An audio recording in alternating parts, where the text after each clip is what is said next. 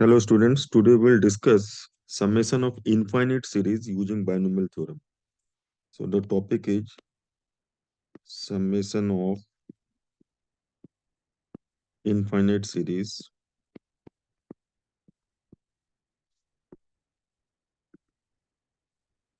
using binomial theorem.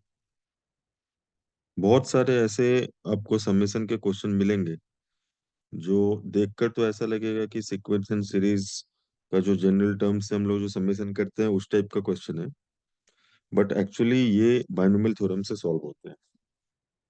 Infinite series binomial theorem for any index से solve होते हैं।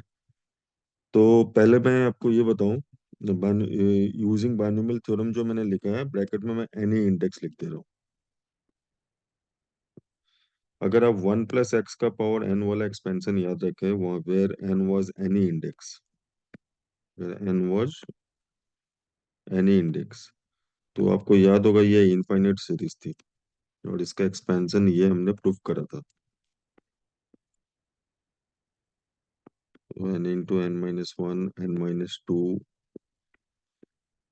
इस एक्सपेंशन को आप इन्फिनिटी तक, इनफाइनाइट टर्म्स तक लिखते हैं, है ना, इनफाइनाइट टर्म्स तक। नंबर ऑफ टर्म्स इनफाइनाइट होता है, ठीक है। और ये जो x है, इस x पे कंडीशन होता है mod x less than one, ठीक है। तो इसके ऊपर कुछ क्वेश्चंस होते हैं समेशन ऑफ सीरीज के जो काफी इंपॉर्टेंट होते हैं और इसके थ्रू ही सॉल्व होंगे। फिर सीक्वेंस सीरीज वाले मेथड से अगर आप कोरिलेट करना चाहोगे तो मुश्किल होगा। तो पहले मैं एक क्वेश्चन लेता हूँ। Some the series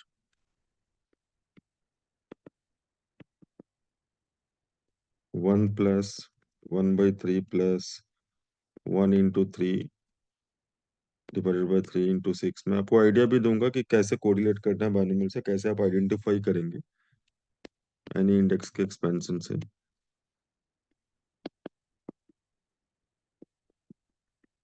infinite terms, तो देखो इसमें क्या है ना कि आपको पहले तो एक आइडेंटिफिकेशन क्या है कि इनफाइनाइट टर्म्स होगा। सेकंड क्या है ना, फर्स्ट आइडेंटिफिकेशन, आइडेंटिफिकेशन के लिए मैं पॉइंट्स लिख रहा हूँ, identification points, identification points that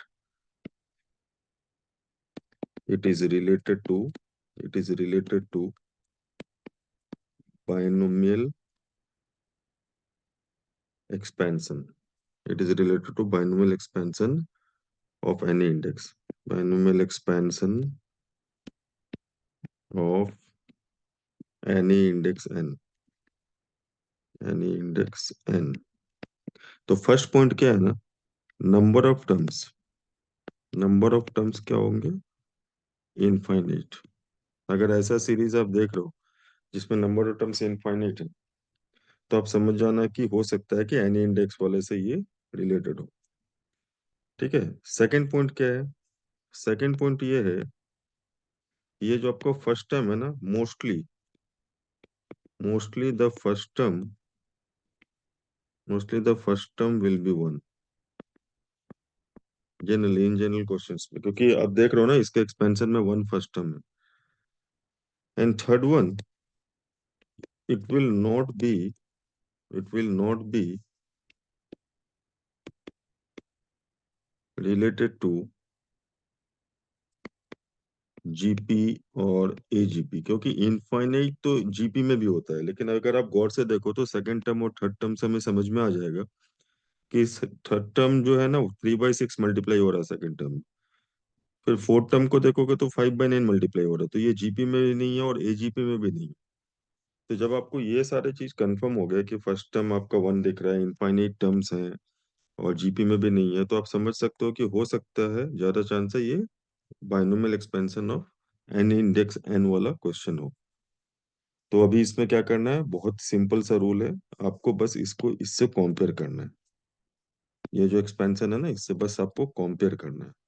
कैसे कंपेयर करेंगे, तो ये जो वन है ना, ये वन तो वन ही है, तो ये 1/3 रोल प्ले करेगा एनएक्स का। तो फर्स्ट इक्वेशन आपको मिल गई, एनएक्स इज इक्वल टू 1/3। अभी सेकंड इक्वेशन क्या है, ये वाला पार्ट इससे इक्वेट कर देंगे।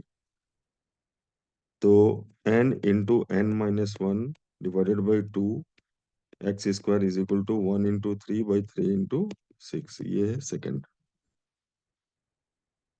तो अभी कैसे करेंगे इसको सॉल्व? हमें एन और एक्स निकालना बेसिकली। अगर हम एन और एक्स निकाल लेंगे तो लेफ्ट हैंड साइड पुट करके आंसर निकल जाएगा।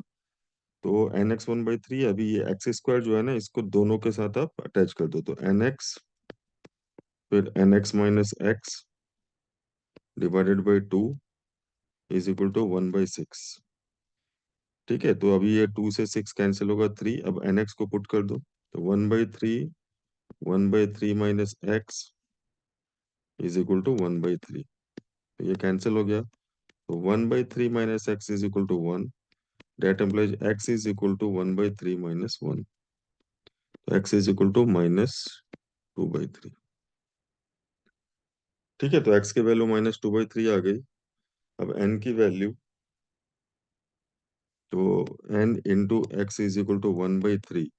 That implies n into -2/3 is equal to 1/3। तो n की वैल्यू हो जाएगी -½ n -½ हो गया x -2/3।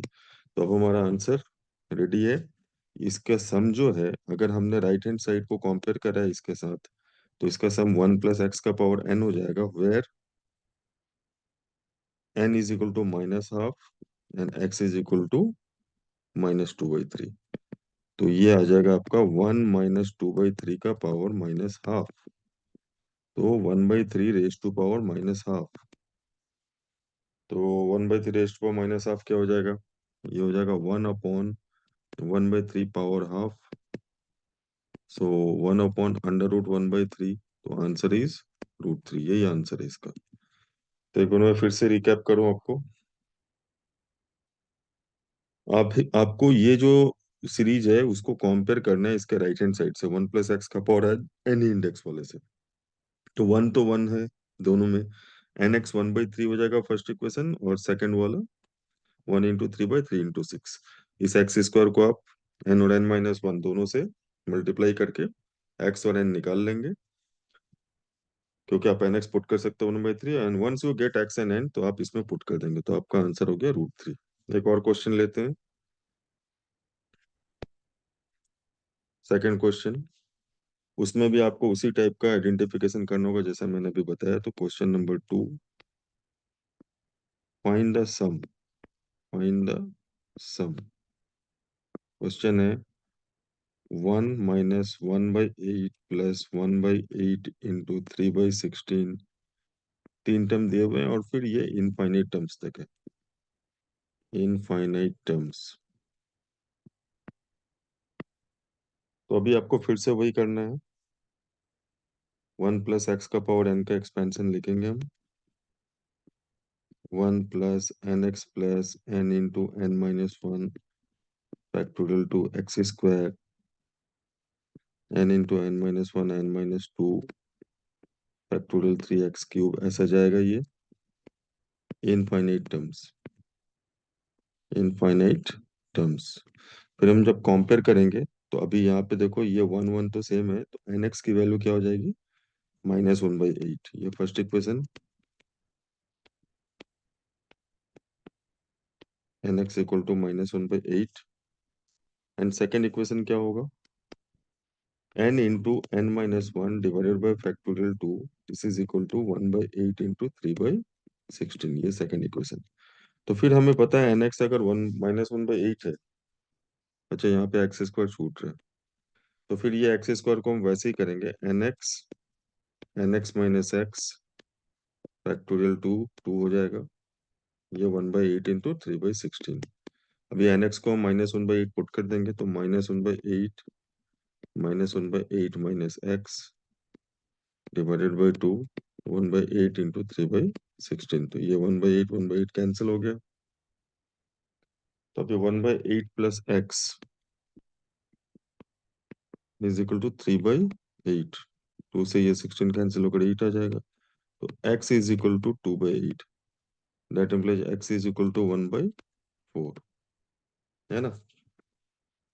तो अभी क्या करेंगे, 1 + x का पावर n के लिए हमारे पास x निकल गया, n निकालने के लिए यहाँ पे पुट कर देंगे। Now nx is equal to -1/8। तो n into 1/4 is equal to -1/8, that implies n is equal to -12। तो ये जो आपका आंसर है, ये जो इसका सम है, ये ये इसके इक्वल होगा। तो हम 1 + x का पावर n लिखेंगे तो मुझे इसका भी सम मिलेगा। अभी x की वैल्यू कितनी है? 1/4, तो 1 + 1/4 एंड n की वैल्यू -12, है ना। तो ये आंसर हो गया। अब इसको सिंप्लीफाई करना, सिंप्लीफाई कर सकते हैं।